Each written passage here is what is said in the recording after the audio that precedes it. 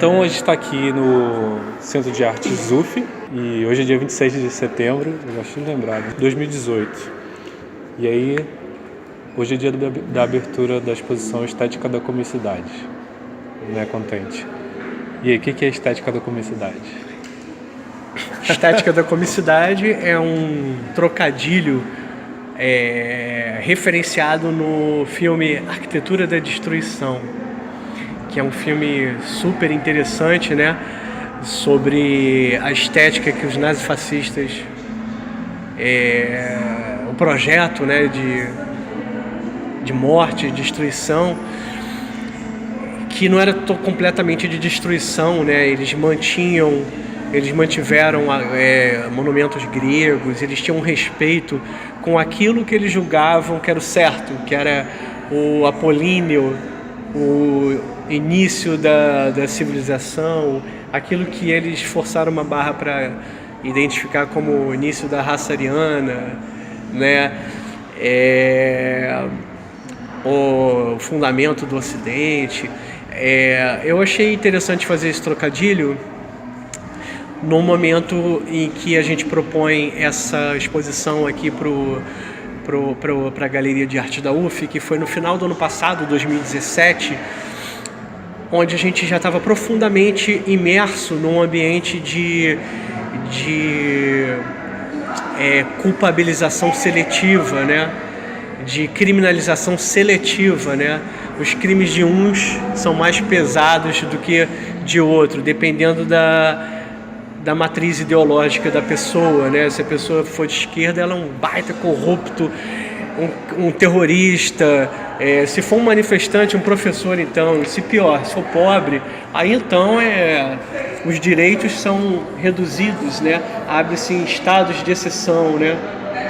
E o crime é mais duro, a punição do crime é mais dura, né? Às vezes uma coisa que não é nem crime é punida com total dureza, como aconteceu com Rafael Braga, com os 23 manifestantes da época das manifestações contra a Copa, e a gente viu esse clima, né, essa atmosfera social crescer. E aí, eu, por acaso, vi na TV Brasil numa madrugada esse filme, fiquei com esse nome na cabeça. Quando a Jaqueline Mello me pede um título para a exposição, que eu já tinha todo esse material pronto, eu pensei Estética da Comicidade, né? Eu estou trabalhando com um cômico e eu não sou arquiteto, então eu sou das artes, é uma estética. Comicidade, porque o cômico ele consegue lidar com temas muito problemáticos, trazer o pensamento de uma maneira que o riso quebra o bloqueio, quebra a normatização, quebra o normal e te tira do teu eixo, te desestabiliza, e a partir dessa sensação de desestabilizar, de falta de estabilidade, você começa a pensar, por que eu estou perturbado vendo esses desenhos? São meros desenhos no papel ou na parede. Por que isso está me perturbando? Por que eu ri? Por que isso está me bagunçando por dentro? E a partir daí você produz pensamento. E aí você partiu do seu trabalho Claudinho Adolfo, do livro que você lançou em 2013, né?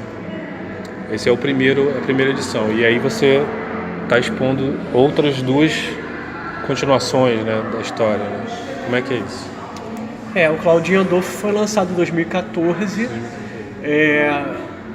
Eu construí ele em 2013, lancei na internet o livro todo aberto, os desenhos, no meu site, e a internet era bem mais aberta, né? As redes sociais impulsionavam mais as publicações, e eu lembro que eu botei no Facebook o link para a minha página e aquilo bombou. Era a época das manifestações, já havia assim alguns elementos, né, de pessoas de extrema direita, mas isso não era tão popular como é hoje, né? As manifestações eram pelo menos aqui no Rio de Janeiro, e acho que eu tive em contato, eram mais por direitos, né? Eram legítimos, não eram manifestações histéricas. Daí eu acho que nós artistas temos uma anteninha que vai pescando as coisas do ar, né? Já tinha passado um tempo em Berlim, tive contato com a história da reconstrução da Alemanha, daqueles museus após o nazismo, e com o tabu que isso virou para eles, né? A vergonha deles, né? Dos alemães. E também com aquela história da Guerra Fria, do muro, que veio um outro tipo de autoritarismo e tal. E isso foi em 2012. Em 2013 foram as manifestações políticas.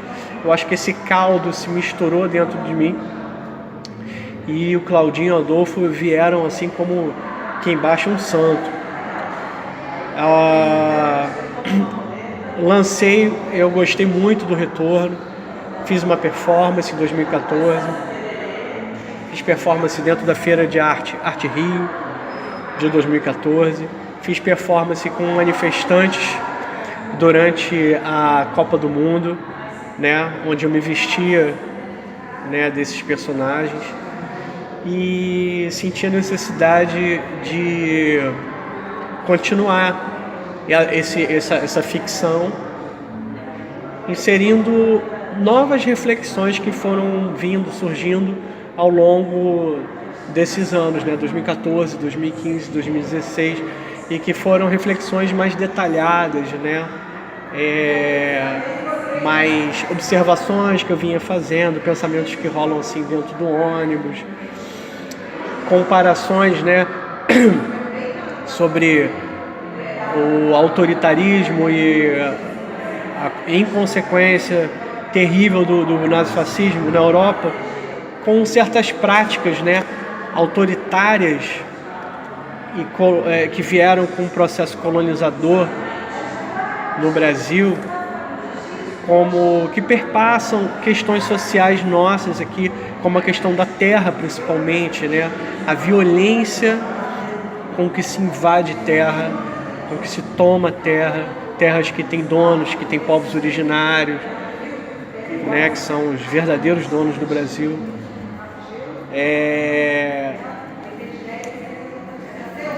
A violência com que se instaurou as instituições que são bem problemáticas, né, brasileiras, a nossa frágil democracia, e como essas instituições estão permeadas de racismo, classismo, e como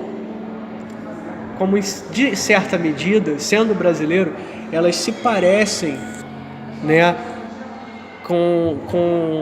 elas têm práticas parecidas, para mim, minha humilde opinião, com as práticas do nazifascismo, não deixa nada a dever. Daí surge um personagem, que é o Adolfo, que fica deslumbrado com essas práticas, fica pedindo para o guia turístico, o Claudinho, levar ele para assistir, para ver, e, né, usando um humor muito negro, para ver como essas práticas conseguem se sustentar por tantos anos. Então a minha motivação foi essa, né? Meter a mão nesse lixo, né?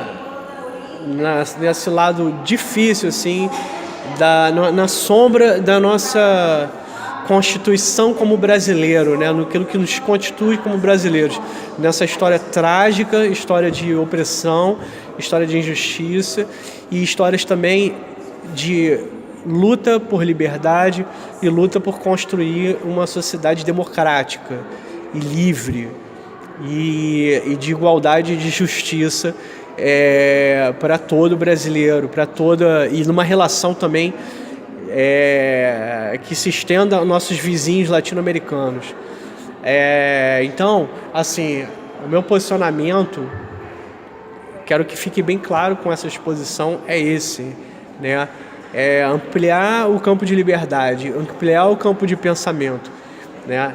Fazendo uma crítica perturbadora às nossas práticas autoritárias e como que nós deixamos, hoje em dia, certas falas circularem no âmbito institucional, elogios à tortura, dentro de um Congresso Nacional. Isso é completamente absurdo. Isso aí, mais da metade da população que assistiu isso ao vivo deve ter ficado perturbada, né? Isso é um total absurdo. E como isso virou moda, é assustador, perturbador, e isso deve ser falado, deve ser contraposto, deve ser colocado. Sim. E aí você falou do Congresso agora, e tem um trabalho ali no meio que é a bancada da bala, né? Que faz referência direta ao Congresso, né? Uma parte do Congresso. Você podia falar um pouquinho do trabalho? Então, a bancada da bala, eu tinha uma bancada em casa, de bobeira, e eu estava sem tela para pintar, e eu pensei, poxa, por que não pintar um objeto? Que ele é um objeto interessante. E aí eu gosto muito de fazer trocadilho com palavra, né? Sempre que eu escuto nos noticiários bancada da bala, eu imagino uma bancada de madeira com a bala Juquinha em cima. E aí eu comecei a fazer desenhos expurgando, né, esses monstros, assim, essas coisas que a gente ouve. Já em 2015, quando eu fiz essa bancada, a gente já ouvia muita coisa absurda, né, vindo desse pessoal que está interessado, né, no negócio da violência, né, no negócio da segurança, no negócio de produzir arma e de colocar o povo armado, sabe? Que é um negócio que tem como objeto, eles vão faturar em cima da nossa paz, né? Em cima da nossa tranquilidade, argumentando que isso vai trazer mais segurança, mas acreditar nesse argumento é como acreditar em Papai Noel. Ninguém garante que armar a população não vai ser uma bomba de tempo, uma coisa muito mais perigosa, né? Beirando uma guerra civil, um banho de sangue. Então a ideia da bancada da bala é justamente trazer um alerta, né? Porque, como a gente está vendo, tem cada vez mais pessoas comprando esse discurso, achando que vendo nisso um discurso de salvação da pátria, né? E que talvez seja o pior, talvez isso que se jogue o país pro buraco total, né? Assim, são as nossas vidas que estão na frente, né, dessas balas perdidas ou achadas. Não acredito na paz armada. Então essa é a mensagem do Bancada da Bala. Quer dizer, não da bancada da bala, né? Daquele objeto que critica a tal bancada da bala no Congresso. E aí você falou dessas noções de pátria e tal, né? E aí, aqui atrás, a gente tem o Make Brazil Colônia Again. Que aí você pintou agora, né? Para essa exposição, né? Isso. E aí, como é que é esse trabalho? No projeto da exposição, a Jaqueline colocou a ideia maravilhosa do artista criar algo específico para o local, desenhando diretamente sobre a parede, e que trouxesse temas que tivessem bem atuais da data da abertura da exposição. Por uma coincidência incrível, né, o projeto foi aplicado no ano passado, a gente coincidiu, estamos no dia 26 de setembro, daqui a 3 dias a gente vai ter uma enorme passeata no dia 29, chamada Ele Não, que é justamente um posicionamento da população, e majoritariamente mulheres, né, se colocando contra esse crescimento do fascismo no Brasil. Então, assim, foi uma baita coincidência, e eu vim acompanhando esse dito cujo aí e sua equipe, né, que inclui aquele economista que ele chama de Posto Ipiranga, que a proposta que ele só sabe falar é de privatização, né? É um economista que contempla muitos interesses aí do mercado, até de pessoas que estão dizendo ele não, mas o economista tem um discurso que agrada, né? Que é de privatizar toda a educação pública, toda a saúde pública e o que vier na frente, e transformar tudo em produto. E esse tipo de neoliberalismo que vem numa mão a liberdade de mercado para os ricos e empresários que têm capital para aplicar e para abrir negócio, e que tem seus lobbies com o Estado também para conseguir facilidades e concessões.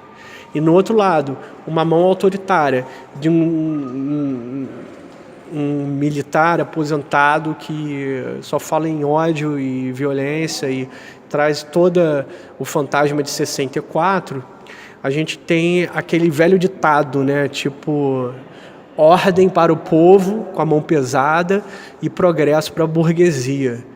Então, sintetizando esse cenário, é o Brasil colônia, é o Brasil a serviço das elites mais entreguistas e vendilhonas e que vão faturar com todo tipo de desespero social e de sucateamento da estrutura pública, né? Como já vemos aí depois do incêndio do museu, mal as chamas acabaram, já tinha gente falando em reconstrução e no museu gerido por OS, né? Tem um detalhe nesse trabalho que são a organização social de aves de rapina, né? Que está desenhado ali, faz referência a esse acontecimento. E aí eu coloco a frase que é o slogan do Donald Trump, né? Que é a marca desse novo tipo de fascismo, né? Que ele mesmo é um empresário, né? Ele não é um fascista vestido de farda. Ele é um próprio empresário e com discurso racista, discurso de ódio, um discurso asqueroso. E a frase dele, de Make America Great Again, foi transformada em Don't Make Brazil Colônia Again. Né? Por favor, brasileiros, vamos pensar, vamos resistir a esse retrocesso que está acontecendo com o nosso país, né? É esse tipo de alerta que a frase e esse Brasil com S virado, né? Esse S que quer virar um Z, né? Quer passar. Temos outros desenhos ali, tipo a venda de tempo, né? Que é os juros e a dívida eterna até a morte. Essa cultura, né? Tem um texto agora muito bom que é o Governo do Homem Endividado, né? É um texto muito interessante que eu comecei a ler recentemente e está me inspirando pra caramba. Tem ali o colonizador mal despachado, né? A galera agora está vindo com um papo de descolonização, que é bastante interessante, né? E aí temos também Transformar o Mundo em Campo de Golfe, que ainda é um pouco da memória de 2013, 2014, né, do Ocupa Golfe lá da Barra da Tijuca, do Recreio de Bandeirantes, e outras frases que foram surgindo, né. A questão, assim, do mais formal agora dizendo, o meu modo operandi há bastante tempo dessa sobreposição de tinta e desenho, um texto fragmentado, né? Então você pode fazer uma leitura quase como uma comida quilo. Você pode começar por onde você quiser e aí você vai fazendo a tua amarração, né? Vai criando a tua história aqui nesse painel aqui. E a composição toda é aquela águia do fascismo sendo enforcada, né? Que era um símbolo das lutas antifascistas, né? Da Guerra Espanhola, né? Que era aquela mão, né? Dos movimentos sociais, assim, pegando aquela águia fascista, né? Que os fascistas gostavam, como se fosse uma galinha, assim, né? Que foi desembocar no termo galinha verde, como os integralistas eram chamados, né, no Brasil da década de 20, de 30, pelos socialistas. Então, assim, é uma referência a resistir, não necessariamente só com violência, a resistir também com graça, com humor, resistir com inteligência, resistir com integridade, né? O fato da gente estar numa sociedade cheia de problema e com problema de violência não significa que a gente deva abaixar a cabeça para o fim da democracia, como está se propondo aí. Clamar por um pai opressor, por um Estado opressor que regule com bota de ferro ou com mão de ferro. Esse tipo de clamor vem de gente que tem a sanha da morte, que tem a morte no olhar, ou de gente que não sabe lidar com a liberdade, não sabe lidar com a liberdade consigo mesmo e na relação com o outro, né? Gente com muito problema. Então, esse tipo de pensamento que clama por uma volta de uma ditadura militar, esse trabalho aqui se posiciona frontalmente contra. E aí a exposição vai até quando mesmo? Vai até dia 28 de outubro. No Centro de Arte? No Centro de Arte da UF, que é onde tem o Cine Arte UF, que tem uma programação de cinema bem legal. Tem alguns livrinhos aqui disponíveis, para quem quiser levar, 0800, do Claudinho e Adolfo. Eu espero que vocês divirtam, se pensem, se perturbem um pouquinho, mas que levem a mensagem adiante. Tá bacana. E aí vamos ver como é que